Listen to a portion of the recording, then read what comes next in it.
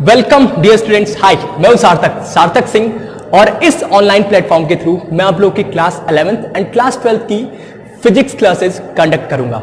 आप में से मैक्सिमम लोग मुझसे फर्स्ट टाइम मिल रहे हो, सो मैं एक छोटा सा इंट्रोडक्शन दे दूं अपने बारे में। नाम मैंने पहले ही बताया, मेरा नाम है सार्थक सिंह और एजुकेशन में मैंने इंजीनियरिंग की है फ्रॉम HBTI कानपुर।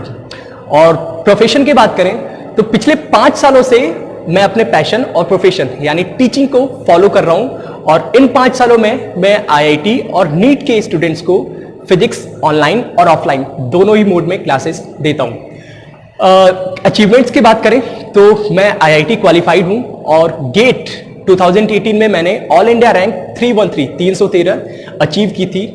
और एक्सपीरियंस की बात करें इससे पहले मैं LN कैरियर इंस्टीट्यूट कोटा में टीचिंग कर चुका हूं और अब हम लोग बात करते हैं अपने सब्जेक्ट यानी फिजिक्स की। मैक्सिमम लोग की प्रॉब्लम रहती है, आप लोग कंप्लेन करते रहते हो कि फिजिक्स टफ है, इंटरेस्टिंग नहीं है। तो ये प्रॉब्लम आप लोग की अब फेस नहीं होगी, सिर्फ आप लोग को थोड़ी ध्यान से मेरी क्लासेस अटेंड करनी है, क्लास पूरा अटेंड करना। और इनिशियल के 3-4 क्लासेस में आपको ये रियलाइज हो जाएगा, फील हो जाएगा, फिजिक्स में थोड़ा विजुअलाइजेशन आपको आने लगेगी। और ये बात भरोसा करो आप मुझ पे, ये पूरा लेक्चर देखने के बाद आपको फिजिक्स में इंटरेस्ट क्रिएट हो जाएगा। सबसे पहला बात, हम लोग फिजिक्स की बात करें, एक ऐसा सवाल आता है जो किसी एग्जाम में तो नहीं पूछा जाएगा लेकिन हमसे कोई कभी भी पूछ लेता है, what is physics, what is physics. तो इसका आंसर हमें पता होना चाहिए। सिंपल वन वर्ड में मैं आंसर देना चाहूं तो मैं बोलूंगा physics is study of nature. Physics is study of nature. Nature यानी हमारे आसपास की वो सभी चीजें जिसे हम देख सकते, टच कर सकते या इवन फील कर सकते, वो सभी नेचर का पार्ट है। अब नेचर की आप बात करो तो नेचर एक छोटे से एटम के अंदर न्यूक्लियस, इलेक्ट्रॉन, प्रोटॉन, न्यूट्रॉन, वहां से स्टार्ट होके पूरा यूनिवर्स जिसके अंदर प्लैनेट्स, सोलर सिस्टम, स्टार्स, सब कुछ भरा हुआ है, ये सब पार्ट है अपने नेचर का। बट इतना कुछ हम लोग को नहीं पढ़ना होता है फिजिक्स में, इतना कुछ हर एक चीज की डिटेल स्टडी नहीं कर पाएंगे, इसलिए हमारे क्लास 11th और 12th में सिलेबस बहुत ही कन्फाइंड है। एक सेक्शन है जो हम सिलेबस का जो हमें पढ़ना होता है और वो पार्ट मैं थोड़ा पहले आपको एक्सप्लेन कर दूं कि फिजिक्स में हमें पूरे 2 साल क्लास 11th और क्लास 12th में पढ़ना क्या होता है। तो पूरी फिजिक्स के सिलेबस को अगर हम लोग कैटेगराइज करना चाहें तो टोटल 6 यूनिट्स में डिवाइड किया जा सकता है। मैं लिखता हूं इनको। सबसे पहले फिजिक्स में हमें पढ़ना होता है मैकेनिक्स, ठीक है। सेकेंड पार्ट आता है अपना heat and thermodynamics, heat and thermodynamics. Third part आता है अपना वेव। नेक्स्ट फोर्थ पार्ट आता है अपना इलेक्ट्रोमैग्नेटिज्म,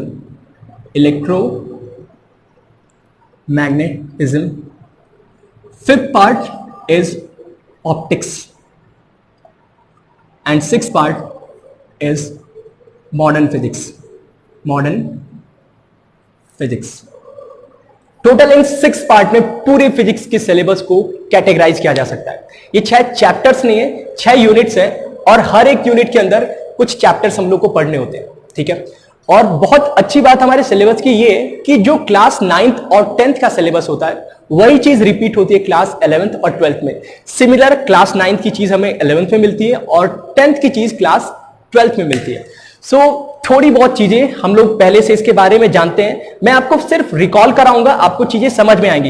ये पूरा फिजिक्स का सिलेबस आपने क्लास 9th और 10th में देख रखा है, थोड़ा बहुत इसके बारे में आप जानते हो और वो चीजें मैं रिकॉल कराता हूं, आपको समझ में आएगा कि हाँ ये चीजें, ये वर्ड्स, ये नाम हम पहले सुन चुके हैं।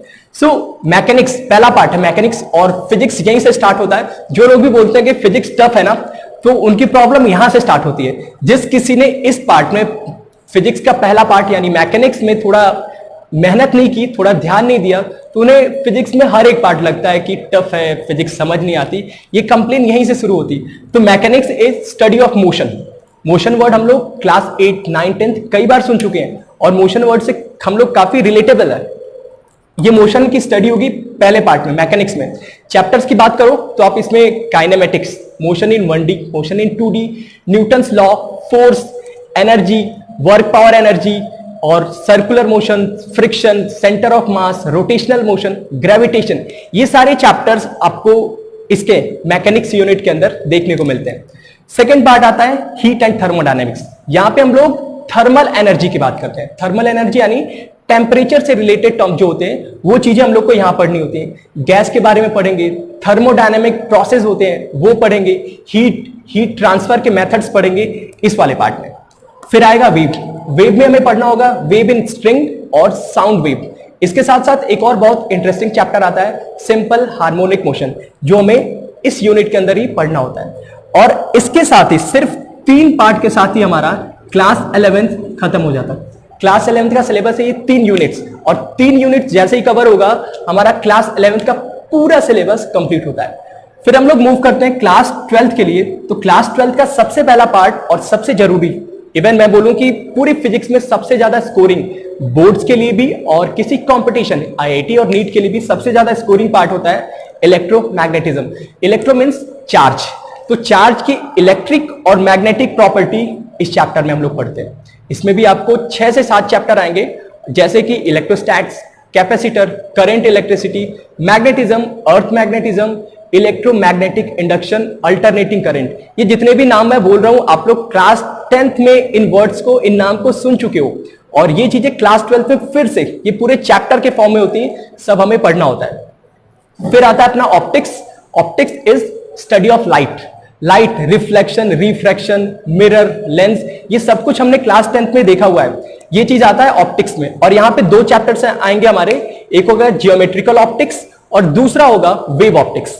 फिर उसके बाद आएगी मॉडर्न फिजिक्स। अच्छा, इसको नाम मॉडर्न फिजिक्स इसलिए दिया गया क्योंकि इससे पहले के जो 5 यूनिट है उसे बोला जाता है क्लासिकल फिजिक्स, और ये थोड़ा फिजिक्स का लेटेस्ट वर्जन है। मतलब इस पे हम लोग मॉलिकुलर एटॉमिक लेवल पे चीजों को देखते हैं, सो इसका नाम दिया गया मॉडर्न फिजिक्स। यहाँ पे आइंस्टीन से रिलेटेड जो भी रिसर्च है, जो भी फिजिक्स आइंस्टीन के एज की है, वो चीज हम लोग पढ़ते हैं। यहाँ पे photo electric effect, atom, nuclei, radio activity, ये सब टॉपिक, इसके अलावा कम्युनिकेशन सिस्टम, सेमीकंडक्टर, जो नई चीजें फिजिक्स में, वो टॉपिक यहां पे आता है मॉडर्न फिजिक्स। और इस तरीके से हमारा क्लास 12th का भी सिलेबस ओवर होता है। ये पूरा सिलेबस है अपना क्लास 11th और 12th की।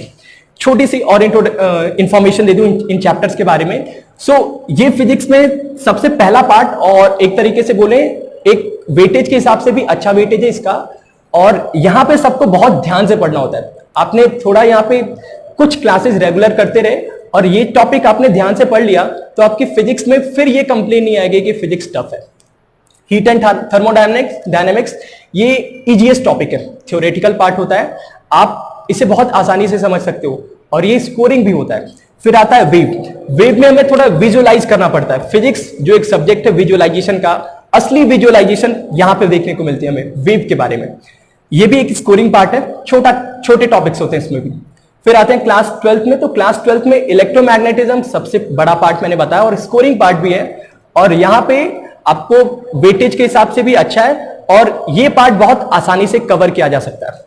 फिर ऑप्टिक्स थोड़ी जियोमेट्री का खेल होता है, लेकिन जिसको भी इंटरेस्ट आता है तो ये पार्ट बहुत आसानी से कर सकते हैं हम लोग, और इसमें भी स्कोर किया जा सकता है। फिर से आता है मॉडर्न फिजिक्स, थ्योरेटिकल पार्ट है, सबसे ज्यादा स्कोरिंग होता है। किसी भी एग्जाम के लिए बोला जाता है कि अगर आपको फिजिक्स में कुछ टॉपिक जैसे मॉडर्न फिजिक्स कर लो तो ये टॉपिक आपको पास तक करा देते हैं। मतलब अगर जिसे वह है कि किसी को सिर्फ पास होना है तो उसे बोला जाता है आप मॉडर्न फिजिक्स पढ़ लो, क्लास 11th की हीट एंड थर्मोडायनेमिक्स कर लो, तो इस तरीके से उसको पासिंग नंबर तक फिजिक्स में पहुंच जाता है। लेकिन हमें सिर्फ पासिंग मार्क्स नहीं करना है, फिजिक्स में इंटरेस्ट क्रिएट करना है और अच्छा स्कोर भी करना है। ये रही बात पूरे सिलेबस की। और अब मैं फिजिक्स का पहला पार्ट जो मैकेनिक्स है, मैकेनिक्स की स्टार्टिंग करूंगा, और यहां से आप बिल्कुल पैटर्न में जो भी लेक्चर्स आगे के आएंगे उनको ध्यान से देखते रहना। इसके अलावा एक और इंफॉर्मेशन है कि मैं पूरा सिलेबस, जैसे क्लास आपकी 11th और 12th है, तो क्लास 11th में मैं यहां से मैकेनिक्स वाला पार्ट स्टार्ट करूंगा, और क्लास 12th में भी हम लोग एक यूनिट यहां से लेके चलेंगे। मेरी क्लासेस जो ऑनलाइन वीडियोस होंगी वो एक तरफ से क्लास 11th की होंगी और एक तरफ से क्लास 12th की। मतलब आप दोनों लोग क्लास 11th में हो या क्लास 12th में, ये वीडियो सबके लिए कंटिन्यूअस आती रहेंगी। थोड़ा अपना स्टार्ट करते हैं हम लोग। पहला टॉपिक मैकेनिक्स। फिर से बात अगर आती है मैकेनिक्स क्या है, मैकेनिक्स में मैंने अभी बताया कि मैकेनिक्स में हम लोग क्या पढ़ते हैं। मैकेनिक्स में हम लोग पढ़ते हैं स्टडी ऑफ हाँ, स्टडी ऑफ मोशन, ये वर्ड कई बार हम लोग सुन चुके हैं ना, मोशन। अब इसका मतलब क्या होता है, थोड़ा हम लोग ये समझते हैं। मोशन मतलब मूव। इसको वर्ड सुन के क्या आता है, कोई चीज मूव कर रही है उसे बोलते हैं मोशन में। अब हमारे आसपास की सभी चीजें, आप रोड पे देखो कार्स मूव कर रही हैं, इवन मैं अगर चलूंगा तो आप बोलोगे मैं मूव कर रहा हूं। प्लैनेट्स एक दूसरे के चारों तरफ घूम रहे हैं, प्लैनेट्स मूव कर रहे हैं। फैन भी रिवॉल्व कर रहा है। तो हमारे आसपास की चीजें जो मूव कर रही हैं यानी अपनी पोजीशन चेंज कर रही हैं, उसे हम लोग बोलते हैं मोशन में। सो अगर मोशन को थोड़ा मैं डिफाइन करूं, इस वर्ड को मैं डिफाइन करूं, तो इसे मैं बोलूंगा motion will be change in position. Change in position, हाँ ये बात समझ में आती है। क्या ये कंप्लीट है? नहीं, थोड़ी बात और है, आपको समझनी पड़ेगी। सपोज मैं यहां पे खड़ा हूं, आपके सामने खड़ा हूं, मैं कुछ स्टेप्स आगे लेता हूं, 1 2 3, फिर वापस 1 2 3।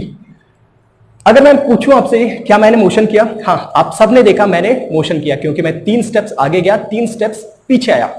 क्या मेरी पोजीशन चेंज हुई? नहीं ना, मैं पहले जहां खड़ा था वहां पे वापस हूं, मेरी पोजीशन चेंज नहीं हुई, लेकिन मैंने मोशन किया। यहां पे एक फैक्टर मिसिंग था, वो था टाइम। अगर आप मुझे बताओ कि आप आगे गए थे, आपने टाइम लिया था और टाइम में कुछ टाइम बाद वापस आए थे, तो अगर मैं बात कर लूं change in position with respect to time, तो ये चीजें थोड़ी और अप्रोप्रिएट हो जाती है, मोशन की डेफिनेशन और अप्रोप्रिएट हो जाती है। लेकिन अभी भी ये पूरी कंप्लीट नहीं है, कुछ और मिसिंग है। वो क्या मिसिंग है आपको सोचना है, थोड़ा सा टाइम आपके पास, फिर मैं एक्सप्लेन करता हूं। सो जैसे कि आप थोड़ा इमेजिन करो, मैं क्लास में खड़ा हूं, ठीक है, बोर्ड के सामने खड़ा हूं, आप भी अपने स्क्रीन पे पढ़ाई कर रहे हो। अगर मैं पूछूं कि हम लोग मोशन कर रहे हैं या नहीं, तो ये चीजें बहुत कंफर्म कोई नहीं बता सकता। अगर आसपास कोई मेरे खड़ा हो तो मैं उससे पूछूं भैया क्या मैं मोशन कर रहा हूं, वो बोलेगा नहीं आप तो एक जगह पे खड़े हो, बिल्कुल सही। लेकिन यही बात अगर मैं किसी उस इंसान से पूछूं, किसी साइंटिस्ट से पूछूं जो स्पेस में हो, स्पेस मतलब अर्थ से बाहर चला गया, ठीक है, या किसी और प्लेनेट पे, उससे पूछूं भैया क्या मैं मोशन कर रहा हूं, तो वो क्या बोलेगा, हाँ तुम्हारी पूरी पृथ्वी घूम रही है, हमें पता है हमारी पूरी अर्थ रिवॉल्व कर रही है, और अर्थ रिवॉल्व कर रही है, हम अर्थ पे हैं तो हम भी अर्थ के साथ घूम रहे हैं। तो बोलेगा देखो तुम सब लोग, जितने भी लोग पृथ्वी पे हो, सब लोग घूम रहे हो, सब लोग अंडर मोशन हो, ठीक। तो ये यहां पे देख कौन रहा है? अगर आसपास का कोई देखेगा बोलेगा मोशन नहीं कर रहे हो, लेकिन बाहर से कोई देखेगा वो बोलेगा मोशन कर रहे हो। तो ये ऑब्जर्वर है ना, देखने वाला, इसका भी बहुत बड़ा रोल होता है कि मोशन हो रहा है कि नहीं हो रहा विद रिस्पेक्ट टू ऑब्जर्वर। और यहां से अपनी डेफिनेशन कंप्लीट होती है मोशन की, change in position with respect to time and observer. ये चीज पूरी हमें बताएगी कि मोशन हो रहा है कि नहीं हो रहा है। मोशन वर्ड मतलब चल रहे हैं, अगर कोई चीज नहीं चल रही है, रुकी हुई है, तो उसे क्या बोलेंगे, रेस्ट पे। दोनों टर्म्स काफी आसानी से समझ में आते हैं। एक है मोशन, जब कोई चीज चल रही है, मूव कर रही है तो मोशन, और कोई चीज रुकी हुई है तो उसे बोलेंगे रेस्ट, ठीक है। ये जो वर्ड मैंने यूज किया ना ऑब्जर्वर, कभी आप बुक्स में या कहीं डेफिनेशन में देखोगे तो यहां पे रेफरेंस फ्रेम लिखा होगा, ठीक है। रेफरेंस फ्रेम कोई नई चीज नहीं है। रेफरेंस फ्रेम का मतलब होता है वो पोजीशन जहां से आप किसी इवेंट को, किसी भी चीज को आप देख रहे हो, ऑब्जर्व कर रहे हो, वो होता है रेफरेंस फ्रेम, ठीक। तो ये अपनी कंप्लीट होती है डेफिनेशन मोशन के बारे में, ठीक। एक और एग्जांपल मैं आपको समझाता हूं। ये वाला जो पॉइंट है ना, एग्जांपल के थ्रू आपको थोड़ा विजुअलाइज होगा कि इस बात का इतना इंफेसिस क्यों है, इतना इंपॉर्टेंस क्या है ऑब्जर्वर का।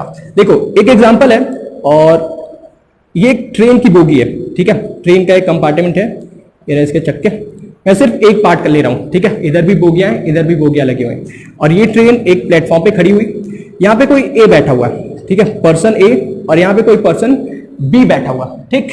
इसके अलावा यहां पे प्लेटफॉर्म है, और प्लेटफॉर्म पे कोई सी खड़ा है। 3 दोस्त हैं, सपोज करो ए और बी ट्रेन में बैठे हुए और सी बाहर प्लेटफॉर्म पे खड़ा हुआ है, ठीक। अब इन लोगों से कुछ सवाल पूछा जाता है, इन लोगों से कुछ सवाल पूछे, ट्रेन को चला दो, ट्रेन 20 स्पीड से चल रही है, ठीक है, अभी स्टेशन पे थी, धीरे धीरे चलना शुरू किया इसने। तो अगर ए बी से पूछे, ए और बी आपस में बात कर रहे हैं, इनसे पूछा जाए बताओ भैया ए कि बी रेस्ट में है या मोशन में है, तो ध्यान से देखिए, तो दोनों ट्रेन में बैठे हुए एक दूसरे के आमने सामने, तो एक दूसरे को कोई चलता हुआ नहीं दिखाई देगा, दोनों ट्रेन के अंदर है, तो ए बी को देखेगा नहीं, बी मेरे सामने ही बैठा है, हमारे बीच में पोजीशन का कोई चेंज नहीं हो रहा है, तो ये बोलेगा कि बी तो रेस्ट में है, ए बी को देख के क्या बोलेगा, रेस्ट में है। लेकिन वही सवाल मैं अगर सी से पूछूं, सी जो प्लेटफॉर्म पे है और ट्रेन चल रही है, तो सी बोलेगा देखो ट्रेन जा रही है और ट्रेन के साथ साथ सी भी जा रहा है, यानी सी इज, अगर सॉरी मैं सी के रिस्पेक्ट में बी के बारे में बात कर रहा हूं, तो सी बी को देख के बोलेगा कि बी मूव कर रहा है, बी इज अंडर मोशन। ठीक है, मतलब हमारी बात कॉन्ट्राडिक्ट हो रही है, एक इंसान बोल रहा है कि रेस्ट में है, दूसरा इंसान बोल रहा है मोशन में है। तो ये बात हमें समझ में आती है कि रेस्ट या मोशन हम लोग तभी बोलेंगे जब हमें पता हो कि ऑब्जर्वर कौन है, यानी देखने वाला, फ्रेम ऑफ रेफरेंस क्या है हमारा, वो चीज हमें क्लियर कट बताएगा कि ऑब्जेक्ट मोशन में है या रेस्ट में। तो होपफुली आपको मोशन का मतलब समझ में आया। अब देखो थोड़ा सा और हम लोग आगे बात करें, मोशन के बारे में दो सवाल आते हैं, मोशन में दो सवाल होंगे, एक मोशन क्यों हो रहा है, ठीक है, मोशन क्यों हो रहा है, दूसरा मोशन कैसे हो रहा है। दो सवाल है, एक हाउ कैसे एंड है दूसरा व्हाई। ठीक है, मोशन से रिलेटेड सवाल है। हाउ पूछने का मतलब जैसे कोई ऑब्जेक्ट है, कोई कार है, कोई चल रही है, किस स्पीड से चल रही है, क्या उसका एक्सेलरेशन है, कितना टाइम ले रही है, पोजीशन के बारे में बात हो, तो ये सब चीजें हमें बताता है हाउ। ठीक है, और दूसरी बात हो कि क्यों चल रही है, कोई ऑब्जेक्ट क्यों चलेगा, दो कारण होते हैं, या तो उस पर किसी ने फोर्स लगाया हो या उसके पास खुद की एनर्जी हो। फोर्स और एनर्जी, कारण क्या है किसी ऑब्जेक्ट को मूव करने के, फोर्स और एनर्जी। तो जब वाई की बात होगी तो यहां हम लोग बताएंगे, और इसके हम लोग हाउ में पढ़ते हैं काइनेमेटिक्स, क्या पढ़ते हैं, काइनेमेटिक्स, ये चैप्टर का नाम है काइनेमेटिक्स, और वाई में हम लोग पढ़ते हैं डायनेमिक्स। ठीक है, डायनेमिक्स, काइनेमेटिक्स क्या बताएगा कि मोशन कैसे हो रहा है, ये हमें बताएगा स्टडी ऑफ मोशन, और ये डायनामिक्स हमें बताएगा क्यों हो रहा है, यानी cause of motion, cause of motion. और यहां पे हम लोग डील करेंगे फोर्स और एनर्जी के साथ, फोर्स और एनर्जी के साथ। चैप्टर्स की बात करूं तो motion in 1D and motion in 2D, यहां पे हम लोग काइनेमेटिक्स के अंदर पढ़ेंगे। इसके अलावा Newton's law, friction, work, energy, power, ये सारी यूनिट हम लोग डायनामिक्स में पढ़ेंगे। तो ये थोड़ा सा कैटेगराइज था मैकेनिक्स, और यहां से मैंने आपको एक आइडिया दिया कि मैकेनिक्स में हमें क्या क्या चीजें पढ़नी है। होपफुली यहां तक आपको मेरे साथ हो, और थोड़ी बात आगे की कर ले। मोशन के बारे में मैंने बताया कि मोशन होगा चेंज इन पोजीशन। अब चेंज इन पोजीशन को समझाने के लिए फिजिक्स ने हमें दो वर्ड दिए, ये नोट हो गया। चेंज इन मोशन को समझाने के लिए हमें फिजिक्स ने दो टर्म्स सिखाए हैं, और ये टर्म्स आप पहले सुन चुके हो। पहला है डिस्टेंस, सुना है, और दूसरा है डिस्प्लेसमेंट। दोनों एक जैसे दिखते हैं, लेकिन दोनों के बीच अच्छा खासा डिफरेंस है, और ये डिफरेंस ही हमें बहुत सारे क्वेश्चंस बना के देता है। ये चीजें हमें समझने की जरूरत है। डिस्टेंस और डिस्प्लेसमेंट है क्या, एक एग्जांपल से समझाऊंगा मैं आपको। सपोज करो यहां पे कोई ऑब्जेक्ट था ए पोजीशन पे, यहां से इसने चलना शुरू किया, बिल्कुल रैंडम से, जैसे मन कर रहा है किसी रास्ते पे चल रहा है, और यहां से चलते हुए ये बी पे पहुंच गया। ए से चला, घूमते घूमते बी पे पहुंच गया।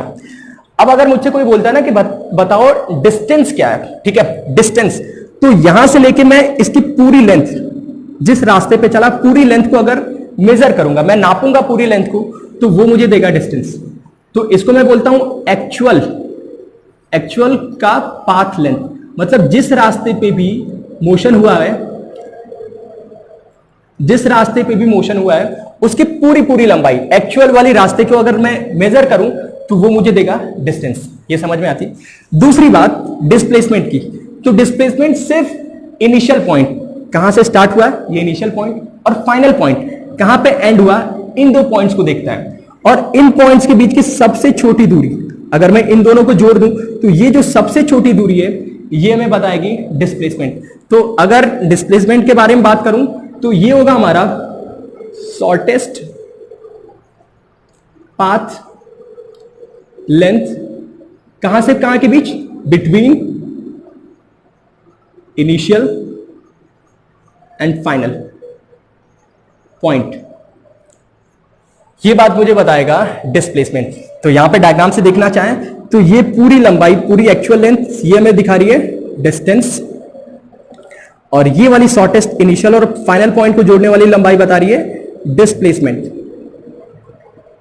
ठीक है, एक बात यहां से अगर कोई ध्यान से देखना चाहे तो डिस्टेंस बड़ा होगा या डिस्प्लेसमेंट, तो यहां पे हम लोग बोल सकते हैं कि मैक्सिमम केसेस में डिस्टेंस ही बड़ा होगा और डिस्प्लेसमेंट इनफैक्ट कभी भी डिस्टेंस से बड़ा नहीं हो सकता, बराबर हो सकता है। कब बराबर होगा? अगर कोई ऑब्जेक्ट यहां पे ए पे और यहां से सीधा चल के यहां पहुंच गया, ठीक है, तो डिस्टेंस बोलो तो ए से बी तक डिस्टेंस है, डिस्प्लेसमेंट बोलो तो ए से बी तक, मतलब बराबर हो सकते हैं लेकिन डिस्प्लेसमेंट कभी बड़ा नहीं हो सकता। तो एक पॉइंट बहुत क्लियर कट है कि distance will be always greater than और इक्वल्स टू डिस्प्लेसमेंट। ठीक है, ये एक पॉइंट बहुत जरूरी है, ये हमें समझ में आता है। और भी कुछ पॉइंट्स इनके बारे में, अगर मैं बात करूं डिस्टेंस को लोग मेजर किस में करते हैं, तो डिस्टेंस की यूनिट होती है, मेजर करते हैं हम लोग in metres, M for metres, metres में मेजर करते हैं। वही काम इसके साथ भी होता है, डिस्प्लेसमेंट भी हमारा मीटर्स में ही मेजर किया जाता है। ठीक है, ये बात समझ में आई। अब इस चीज को और समझने के लिए और अच्छे से विजुअलाइज करने के लिए मेरे पास कुछ बहुत अच्छे एग्जांपल्स हैं, आपको समझ में आ जाएगा कि डिस्टेंस और डिस्प्लेसमेंट के बीच डिफरेंस क्या होता है। सो कुछ एग्जांपल से मैं आपको समझाऊंगा। देखो,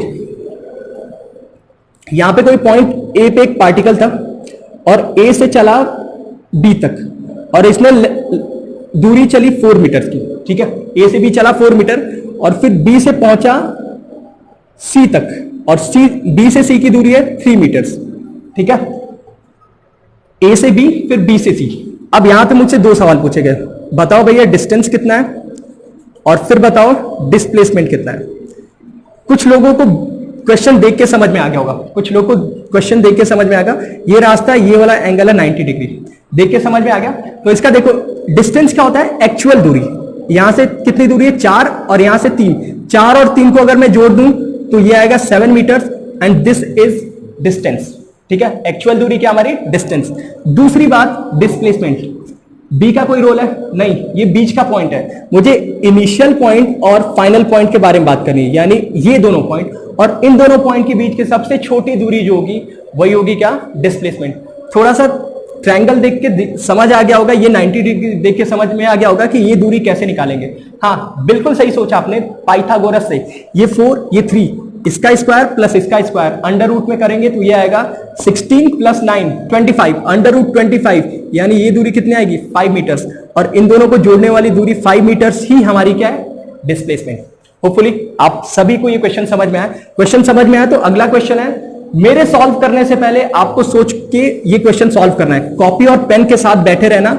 सेम इसी कॉन्सेप्ट पे क्वेश्चन है, मैं चाहता हूं कि मुझसे पहले आप लोग सॉल्व करें और फिर चेक करें क्या आपका आंसर सही आ रहा है। सो क्वेश्चन ऐसा है कुछ, पॉइंट ए से बी तक चला, ठीक है, 10 मीटर्स, ठीक, फिर बी से सी पे चला 6 मीटर्स, ठीक, सी से रुका नहीं, आगे और चला, डी पे पहुंच गया और यहां इसने चला 2 मीटर्स।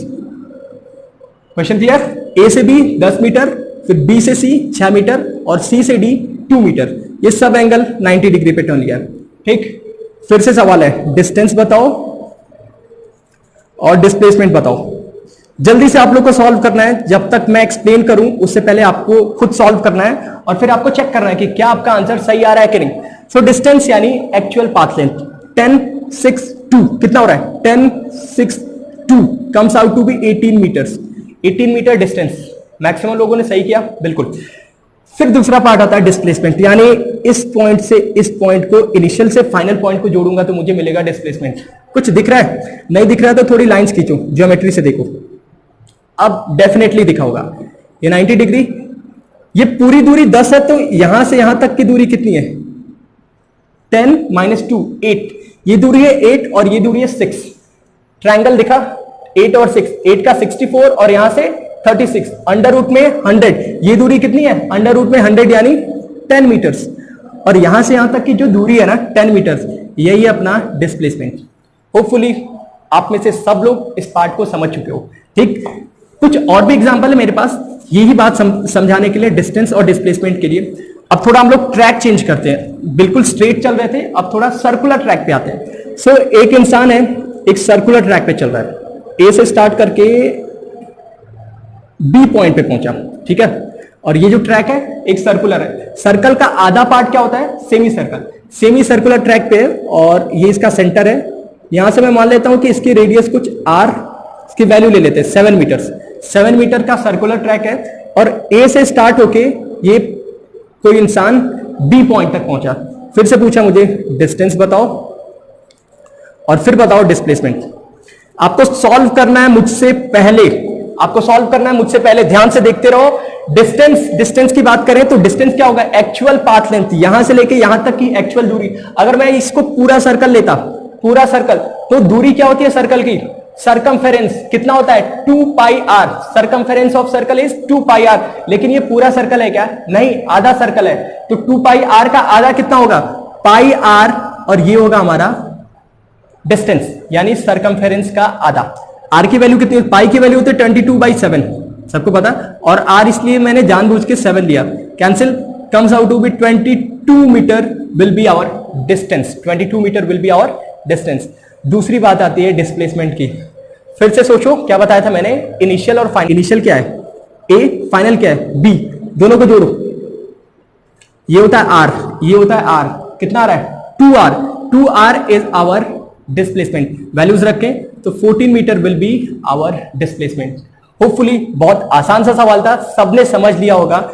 इसी क्वेश्चन में थोड़ा सा अगर चेंज कर दूं मैं, अगर जैसे कि ये आधा सर्कल है, मैं बोलूं नहीं इंसान पूरा सर्कल आ गया, पूरे सर्कल पे घूम रहा है, तो अब इसमें चेंज क्या होगा, देखो सोचो ध्यान से। अगर यहां से घूम के यहां पे वापस आ रहा है तो दूरी कितनी चली इसने, 2 पाई r, ठीक है। डिस्प्लेसमेंट कितना हुआ, जहां पे है वहीं पे वापस आ गया। इनिशियल और फाइनल पॉइंट के बीच की दूरी कितनी है, 0, और 0 है तो 0 ही हमारा कितना हुआ डिस्प्लेसमेंट। ये बात समझ में आई।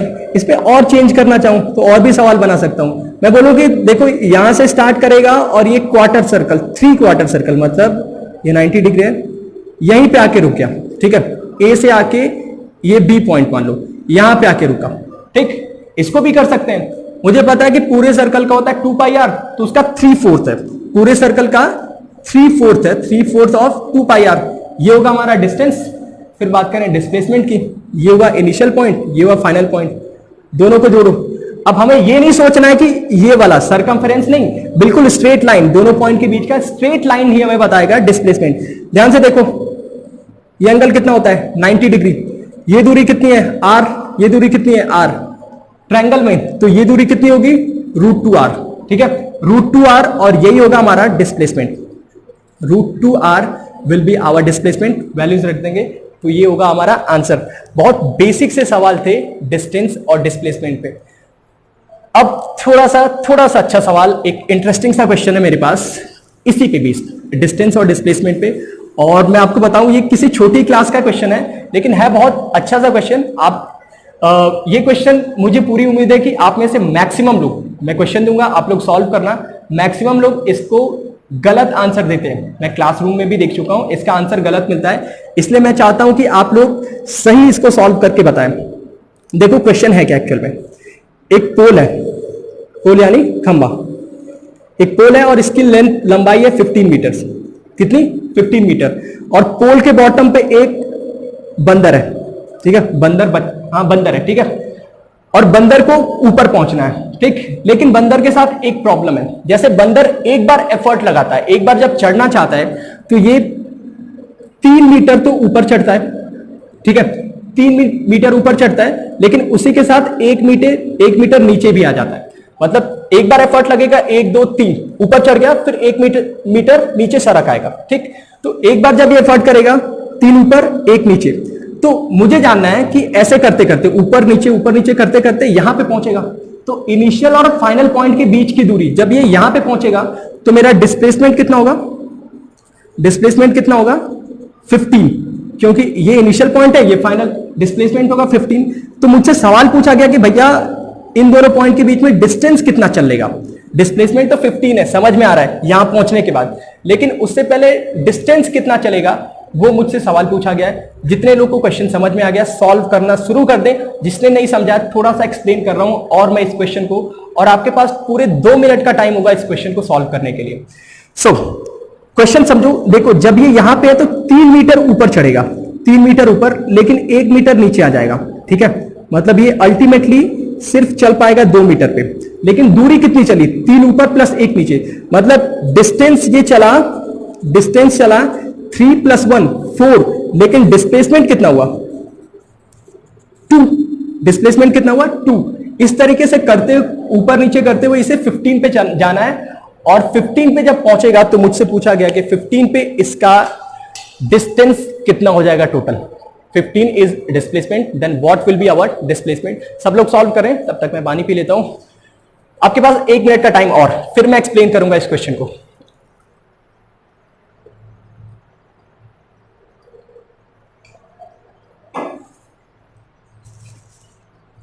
होपफुली आप में से मैक्सिमम लोग इसको सॉल्व कर रहे हो। यस, कंटिन्यू करते हैं, मैं एक्सप्लेन करता हूं, ज्यादा आपका टाइम वेस्ट नहीं करूंगा, देखते रहो।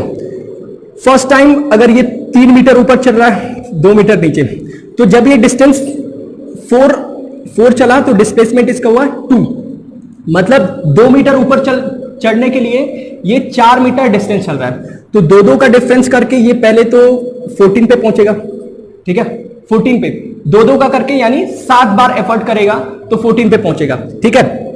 तो एक बार एफर्ट करने में डिस्टेंस कितना है 4, तो 7 बार एफर्ट करने में डिस्टेंस कितना होगा 7 4 जा 28, पहुंचेगा कहां पे 14 पे, कहां पे पहुंचेगा 14 पे, और 14 पे फिर 1 मीटर और ऊपर चलेगा, बस पहुंच जाएगा टॉप पे। 7 4 जा 28 और +1 29 metre will be our answer.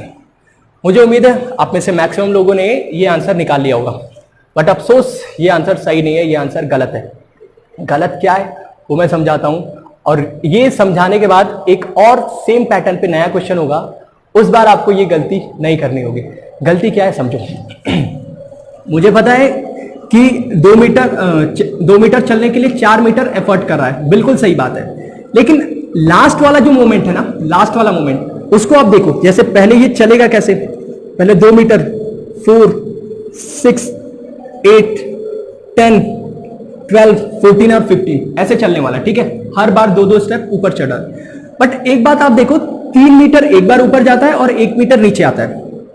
जब ये 12 पे होगा, जब ये 12 पे होगा तो 12 के बाद इसका स्टेप क्या होगा 3 ऊपर, तो जैसे ये 12 पे ना तो 3 ऊपर जाएगा तो ये 15 पे पहुंच गया है, उसी मोमेंट पे 15 पे पहुंच गया है। इसे 14 पे आने की मतलब 14 से वो स्टेप नहीं लिया इसने, 12 पे था तभी वो स्टेप ले लिया, मतलब आखिरी वाली जो बात स्टेप था उस पे आपको ध्यान देना था, ठीक है।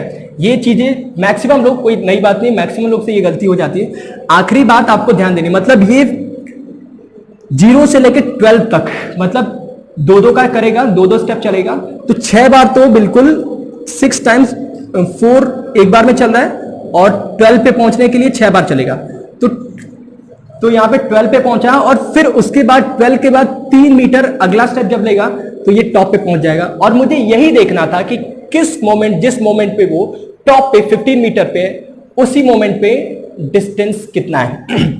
तो मुझे 14 की जगह 12 से स्टार्ट कर 12 से करना है, और यहां पे सॉल्व करूं 24 +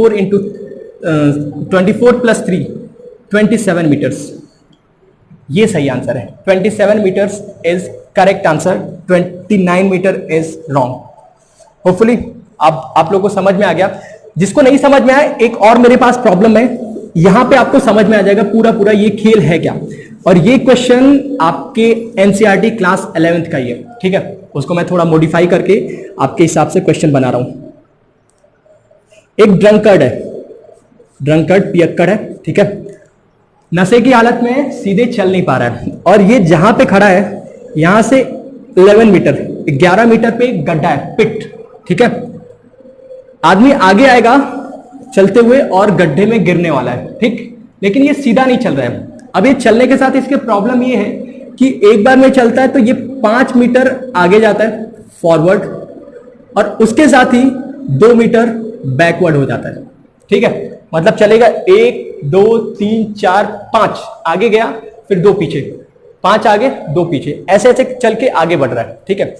तो मुझे जानना है कि जब ये यहां से यहां आएगा तो इसका डिस्प्लेसमेंट कितना हुआ, इनिशियल और फाइनल पॉइंट के बीच की दूरी कितनी हुई 11 मीटर। वही पूछा, फिर से बताओ इन दोनों पॉइंट के बीच में डिस्टेंस कितना होगा, ये पार्ट मुझसे पूछा गया, ठीक है, आपको ये पार्ट सॉल्व करना है, जल्दी सॉल्व करो। जिन लोगों ने पिछली प्रॉब्लम कर ली है उनको ये प्रॉब्लम सही करना है, मतलब जिससे भी गलती हुई थी इस बार वो गलती नहीं करनी है। फिर से देखें पुराना तरीका जो हमारे सोचने का है, तो ये एक बार में 5 स्टेप्स आगे आएगा, ठीक है, और 2 स्टेप्स पीछे हो जाएगा। ठीक, मतलब चला के एक बार मूव करने में इसने डिस्टेंस कितना चला, 5 + 2 7, और डिस्प्लेसमेंट कितना हुआ इसका, मतलब इनिशियल और फाइनल पॉइंट के बीच में दूरी 3। ठीक है, 5 + 2 7 चला डिस्टेंस, बट डिस्प्लेसमेंट इसका कितना हुआ, 3 मीटर्स। ठीक है, 3 मीटर्स, 3 एक बार में मूव कर रहा है, 3 3 3 9 पे पहुंचेगा। ठीक है, और 9 पे पहुंचने के बाद 2 स्टेप और आगे लेगा और गड्ढे में गिर जाएगा। एक बार चलने में 3 चल रहा है, डिस्प्लेसमेंट 3 हो रहा है, और डिस्टेंस कितना हो रहा है 7। तो अगर मैं 3 बार मूव करा दूं इसे, 7 3 जा 21, तो कहां पे पहुंचेगा, 9 पे। फिर 2 स्टेप और आगे लेगा और यहां पे पहुंच जाएगा गड्ढे में। तो कितना हुआ, 3 7 जा 21 और +2 23 मीटर्स में ये गड्ढे में गिरेगा। होपफुली आप लोगों ने ये सोच लिया होगा। फिर से एक बार चेक कर लेते हैं कि क्या कोई गलती तो नहीं है, जो लास्ट टाइम हमसे गलती हुई थी वो वाली बात यहां भी चेक कर लेते हैं। ठीक है, बिल्कुल सही। स्टेप्स एक बार देख लें, 3 के बाद पहुंचेगा ये 6 पे, फिर 9 पे। तो मुझे 6 वाला जो पॉइंट है इस पे डाउट है, ठीक है, और मुझे चेक करना जरूरी है यहां पे। ठीक है, पहले स्टेप में 3 पे पहुंचा, फिर 6 पे पहुंचा। अब 6 पे है तो 6 के बाद अगला स्टेप कितने का होगा, आगे कितना बढ़ेगा, 5, और 6 5 कितना, 11। मतलब 6 के बाद जो अगला 5वां स्टेप लेगा उसी में नीचे गिर जाएगा। अब नीचे गिर जाएगा तो फिर वापस तो नहीं आएगा ना, नीचे गिरा तो वापस नहीं आएगा। मतलब मेरा जो एग्जैक्ट आंसर है 3 एक बार में चलेगा और दूसरे बार में 6 पे पहुंचेगा, और फिर 5 अगला चलेगा और गड्ढे में गिर जाएगा। यानी 2 बार मूव करेगा 7 स्टेप, डिस्टेंस एक बार में मूव कर रहा है 7, तो 2 बार में 7, पहुंचा 6 पे, +5 और पहुंच गया ये गड्ढे में। कितना आ रहा है, 19 metres. This is our correct answer. इस बार होपफुली किसी ने गलती नहीं की और ये अपना बिल्कुल परफेक्ट और करेक्ट आंसर है। होपफुली आप लोग को ये वाला पार्ट समझ में आ गया। जिसको भी समझ में आ गया, 1-2 एग्जांपल और मेरे पास है इसी पे बेस्ड। ये बिल्कुल बेसिक लेक्चर है, पहला लेक्चर है, इसलिए मैं चाहता हूं कुछ एग्जांपल्स के थ्रू आप पूरा विजुअलाइज कर पाओ इस पूरे पार्ट को। ठीक है, एक क्वेश्चन मैं दे रहा हूं, आपको जहां बैठे हो वहां से विजुअलाइज करके इसको सॉल्व करना है। ठीक है, सपोज आप किसी कमरे में बैठे हुए, 3D कमरा है, ठीक है, क्यूब रूम है। क्यूब मतलब हर एक साइड इसकी बराबर है। अब आपको एक कोने से, मतलब एक कोना और उसके अपोजिट कोने पे, ठीक है, अपोजिट कोने पे जाना है। मुझे जानना है कि एक एंड से दूसरे एंड पे जाने में डिस्प्लेसमेंट कितना होगा। एक एंड से दूसरे एंड पे जाने में डिस्प्लेसमेंट कितना होगा, सोचते रहो, तब तक मैं डायग्राम बनाता हूं।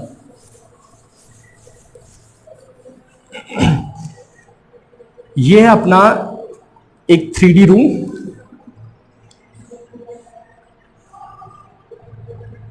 क्यूब।